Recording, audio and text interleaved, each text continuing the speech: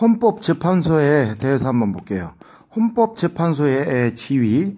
헌법재판소는 법률이 헌법에 위배되는지를 심판하고 탄핵 심판과 정당 해산, 심판 등을 담당하는 독립기관이다. 헌법재판소는 국회와 정부로부터 독립되어 있으며 헌법 수호를 주요 임무라는 국가기관이다. 헌법재판소의 심판 결과는 정치에 중대한 영향을 미치므로 정치적 중립성을 보장하고 있다. 곧 헌법재판소 재판관은 신분이 보장되고 정당에 가입하거나 정치에 관여할 수 없다. 헌법재판소가 심판한 판결에 대하여는 불만이 있더라도 더 이상 심판받을 길이 없기 때문에 헌법재판소는 최종 심판 기관의 지위에 있다.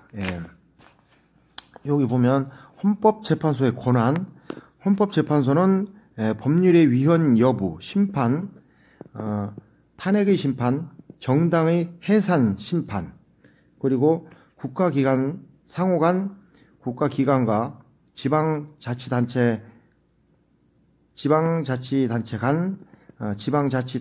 상호 간의 권한 쟁의에 관한 심판 등 중대한 사건들을 심판한다. 헌법재판소의 결정은 재판관 9인 중 6인 이상의 찬성으로 이루어진다. 위헌 법률 심판권. 국회에서 제정된 법률이 헌법에 위배되는지의 여부가 재판의 전제가 되었을 경우 법원은 헌법재판소에 위헌 법률 심판 요청한다. 헌법재판소는 법원이 제청한 법률의 위헌 여부를 심판한다. 탄핵 심판권. 헌법재판소는 국회에서 탄핵 소추를 의결한 고급 공무원에 대한 탄핵 심판을 한다. 요번에 이제 법적으로 많이 일어날 것 같아요. 정당 해산 심판권. 요게 있는데 정당 해산 심판권. 헌법재판소는 정부가 제소한 정당의 해산 여부를 결정한다. 정당 해산 결정은 정당의 반국가적, 반민주적 활동을 예방하려는 데 목적이 있다. 어느 정당의 목적이나 활동이 민주적 기본 질서에 위배되거나 국가에 해가 되는 경우 정부는 국무회의의 심의를 거쳐 헌법재판소에 정당 해산 심판을 청구한다. 헌법재판소에서 해산이 결정되면 그 정당은 해산된다.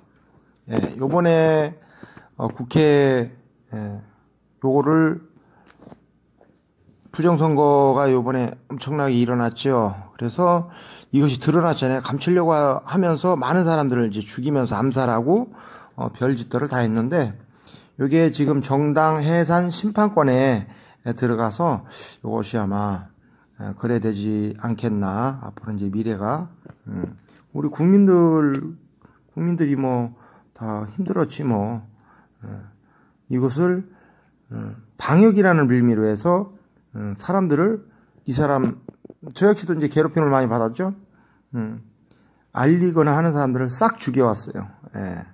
그래서 지금은 이제 모든 것이 다 드러나 있는 상태니까 말씀드릴 수 있죠.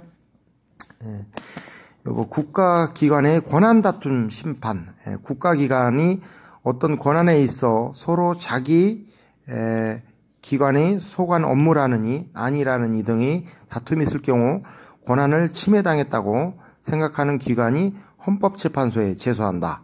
또 이와 같은 다툼은 중앙정부인 국가기관과 지방정부인 지방자치단체 사이에서도 일어나는 사건으로 이러한 사건이 제소가 있을 때 헌법재판소는 이를 심판할 권한이 있다.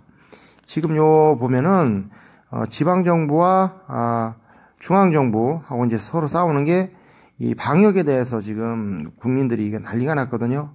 요게 어디에서 잘못했나 하면서 요게 이제 엄청나게 중앙정부와 국가기관과 지방정부에서 지금 엄청나게 지금 다들 심각해요. 지방정부가 지금 거의 지금 방역으로 해서 막 모든 걸 또 묶으려고 하니까 요것이 지금 문제가 좀 심각해서 아마 이런 거 재판이나 요렇게 막 다 서로 되게 많아질 것 같아요. 앞으로 여기까지는 안 하고 다른 거랑 같이 한번 보겠습니다. 지금 이제 나라 정부가 왜 어렵냐면은 국회의원 정수 때문에 그래요. 한번 보세요.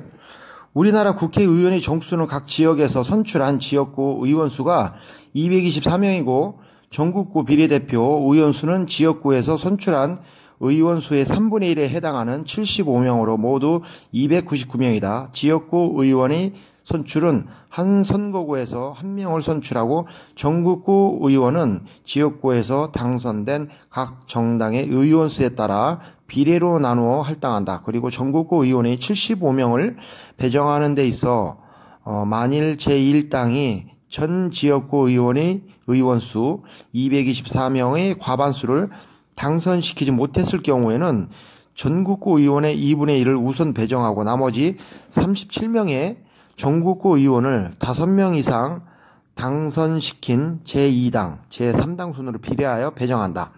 그러나 제1당이 과반수를 지역구에서 당선시켰을 경우에는 그대로 비례에 따라 전국구 의원을 배정한다. 제1당이 지역구에서 과반수 의원을 당선시키지 못했을 경우에 전국구 의원 2분의 1을 우선 배정하는 이유는 전국의 안정을 기하기 위해서이다.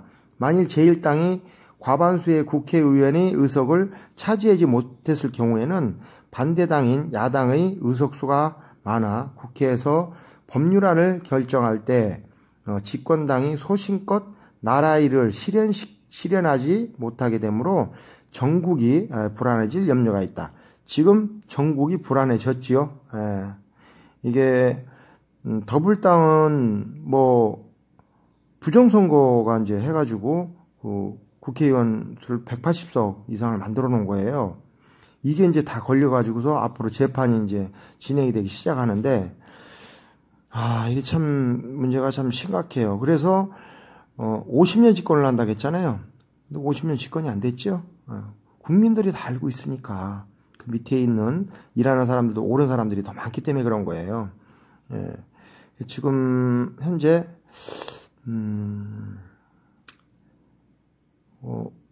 그 부정선거로 인해서 선출된 분들, 그리고 이걸 방역으로 하면서 국가를 혼란을 시키면서 일부러 이제 그 질병이 왔다 가면서 더 퍼뜨려서 이 우리나라 정세를 흔들고 국민들을 묶어놓고 또 암살할 자들 암살하고 정부가 어렵게 해서 끌어내리기 위한 이런 수작이라는 거예요.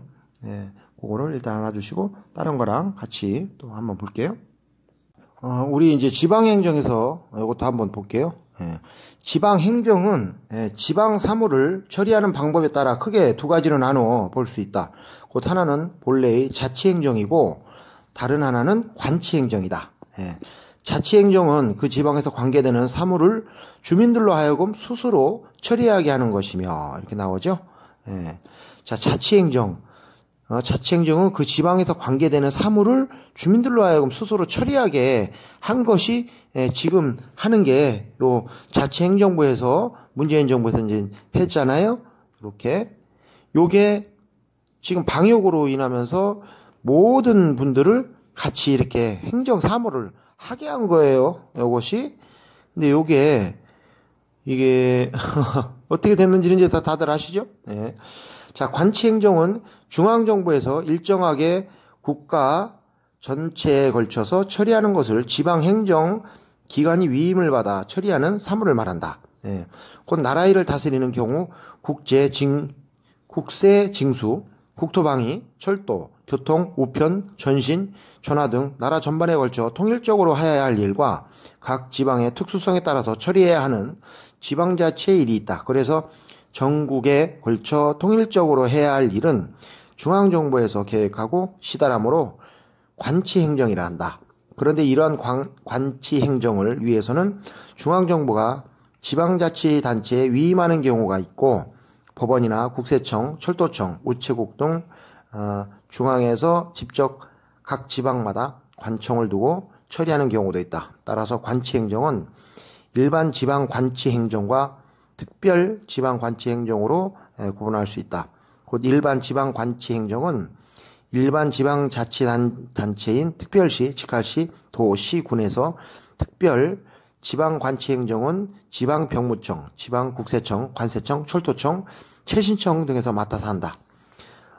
요게 지금 지방자치행정과 관치행정에 대해서 한번 봤는데, 요게 지금 우리 방역한다는 게 보건복지부 질병관리청, 또 각 산하 MOU 맺은 666개 업체, 엄청난 기업이에요. 666개를 MOU를 맺어놔서 요게 이제 이걸 가지고 이용하면서 선거를 하는데 유의하도록 하였기 때문에 제가 이거를 보여드리는 게 그냥 보여드리는 게 아니에요.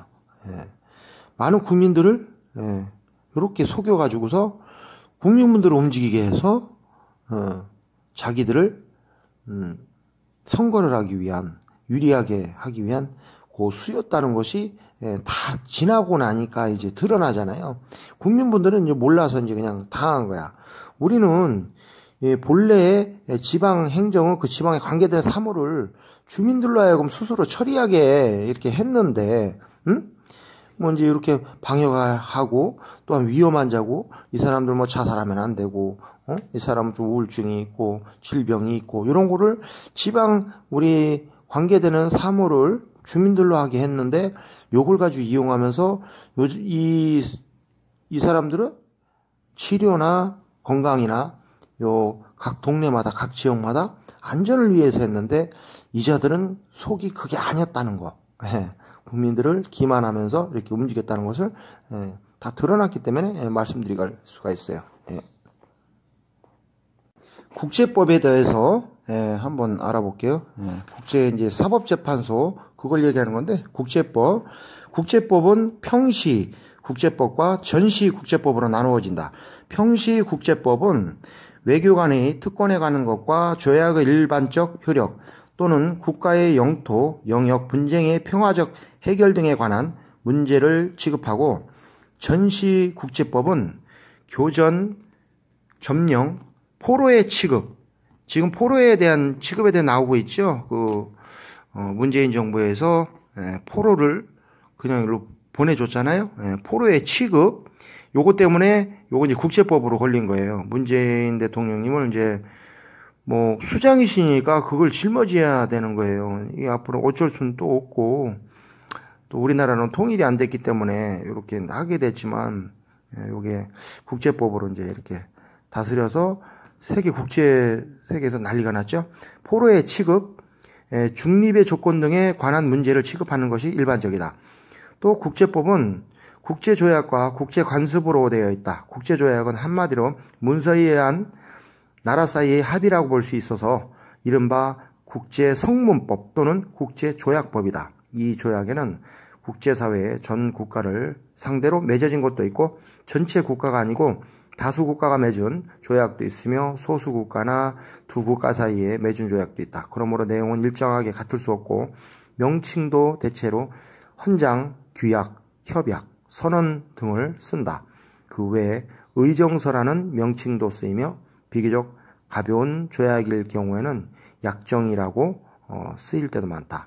또 국제관습에 따른 국제법에는 나라와 나라 사이의 문서로 규정하고 있지는 않으나 일반적으로 승인된 국제관습에 의하여 지켜지는 국제불문법이나 국제관습법이 있다. 국제관습은 나라와 나라 사이에 어떤 일이 실제로 일어난 후 반복해서 그와 같은 일이 또 생겼을 경우 먼저의 예에 따르는 것을 말한다. 그것이 다른 여러 나라가 지키는 규범이 될 경우 국제관습법이란다.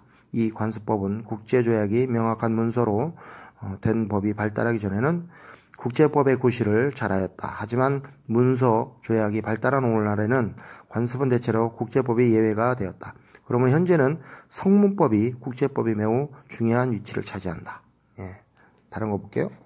국제사법재판소가 어디 있는지, 국제연맹 아래 있던 국제 중에 국제중재재판소를 이어받은 것으로 본부는 네덜란드 헤이그에 있다. 우리 조선의 헤이그 특사단 있죠? 그게 이제 네덜란드에 있네요.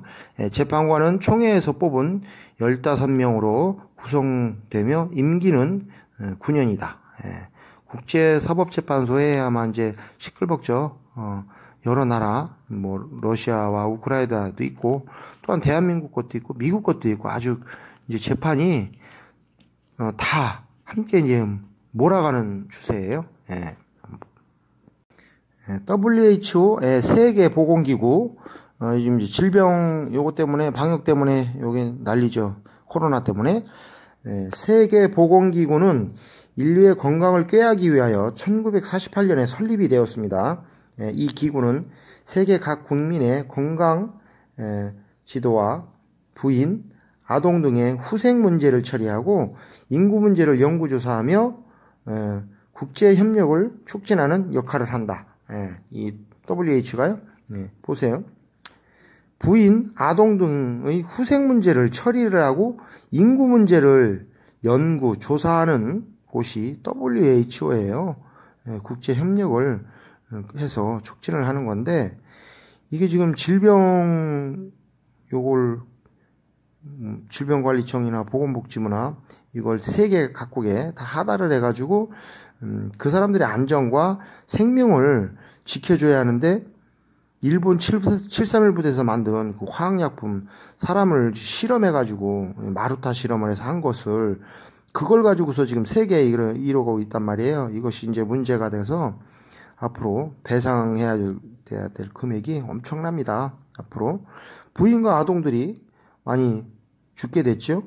지금 어르신들도 많이 사망하셨고 치료약이 있는데도 이러고 있는 거 보면 우리 대한민국의 보건복지부에서 치료약이 있음에도 알리지도 않고 그냥 쉬쉬쉬하면서 이렇게 이제 한 것이 아마 어떻게 될지는 뭐 지켜봐야 되겠죠. 요걸 한번 보시면은 우리가 6.25 전쟁 때 이제 유엔 한국 통일 부흥위원단이 있었는데 이것을 해체를 했는데 한번 보실래요? 국제연합은 한국의 민주통일과 부흥을 위하여 1950년 유엔 한국통일부흥위원단을 보내왔습니다. 이 위원단은 국제연합의 7개 회원국으로 구성되었고 이 위원단은 매년 한국이 통일과 부흥에 대한 문제를 유엔 총회에 보고하고 토의하는 등 활동을 많이 벌였으나 1973년 총회의 결의에 따라서 해체를 했는데 이것이 뭔지 일본에서 그렇게 뭐 다른 일본이 그때 뭐 우리보다 좀 나았으니까 많은 분들이 이렇게 뇌물을 줘가면서 해가지고 해체됐을 거예요.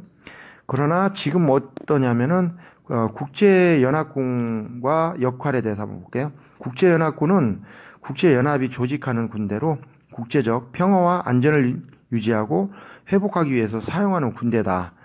안전보장이사회의 요구나 특별협정에 따라서 국제연합의 가입국으로부터 제공된다. 이에는 집단 안전보장의 강제 행동을 임무로 하는 연합군과 평화유지 활동을 목적으로 하는 연합군이 있다. 이게 국제연합이 지금 이제 왜 지금 움직이고 있냐면 지금 활발하게 대한민국을 많이 도와주고 있는데 대한민국이 지금 북한에 이미 복속이 되었다라고 다 보고가 들어가 있어요. 왜 이제 문재인 대통령 정부 때 우리나라는 벌써 다 넘어갔다. 모든 것을 정보며 모든 걸 다 줬거든요. 모든 것이 다 오픈이 되었고 다 열었어요. 그래서 요 국민들하고도 모든 감청도청 이런 거 하면서 모든 것을 다 보게끔 하면서 다 열어서 모든 열람이 다 돼가지고 뭐 특수한 거 우리나라 기밀이나 이런 것도 다 열람이 되고 엄청나게 지금 정리하느라고 난리예요. 그래서 북한도 보세요. 지금 막 미사일 같은 거 많이 쏘면서 엄청나게 저기 하고 있죠. 그래서 지금 국제 연합군들이 훈련을 많이 하고 있죠. 북한이 위협이 된다면 통일을 시켜야 한다. 유엔 한국통일부흥위원단이 있었는데 이걸 해체시켰으나 이것이 다시 쉽게 보면 부활된 상황이에요. 한국통일부흥위원단이 세계적으로 지금 움직이고 있어요. 이게 의원총회 결의에 따라 1973년 해체되었지만 통일이 돼야 저자들이 저렇게 안 하고 우리나라도 역시 문제가 무엇이냐, 도대체 대한민국이 왜 이렇게 되면서 왜 문제가 되냐, 통일이 안 돼서 그 통일하자고 하는 그자들이 우리나라 안에서 같이 움직이고 서로 싸우기 때문에 문제가 된다. 그러면 이 문제를 해결하려면 뭐냐? 통일이 문제입니다. 통일이 답입니다. 이렇게 나오니까 세계에서도 그러면 세계를 위협하고 저 미사일까지 계속 쏘고 저러는데 우리나라도 지금 이렇게 지금 골마 터진 것이 원인은 통일을 하기 위해서입니다. 했기 때문에 통일을 지금 하려고 계획 중인 거예요. 그래서 지금 대한민국이 정말 힘든 거예요. 그러면 모든 것은 다 없어지지 않습니까? 그렇죠? 통일이 답인 거예요. 통일이. 통일. 요 통일. 요게 답이라고. 그렇게 해야 서로 싸우지 않는다는 거지. 지금 그래서 목적이 뭐 북한에 그쪽을 뭐 그쪽에만 점령하면 끝나겠지요. 많은 국민들도 원하고 있고 언제 될지는 모르겠어요. 기도를 함께 해주시고 우리가 뭐 싸우는 게 뭐 다른 거 없어요. 질병이나 이런 게 뭐 우리가 생기지 않도록 자기 개인 방역이나 면역력을 자기가 증강시키는 방법밖에 없어요. 우리 통일을 위해서 함께 나서주기를 부탁드릴게요. 감사합니다.